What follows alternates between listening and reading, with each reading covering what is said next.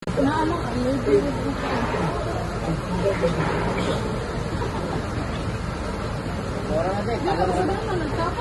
ko. Best thing you can do is to turn it into pieces.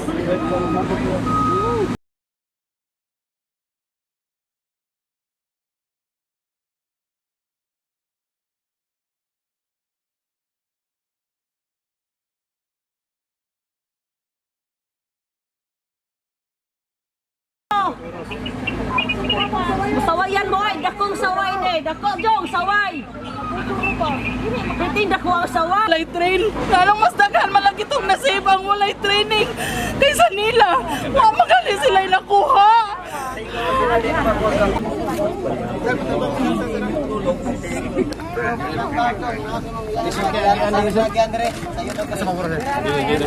Pwede ka pagkait, pwede makakait sa ito. Sir, ay nagbangon din. Kita lang na.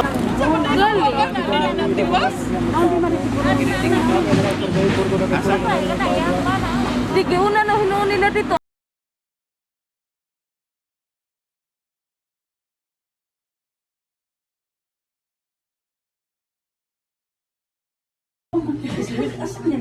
Nakagyan kahit opisina bila siya.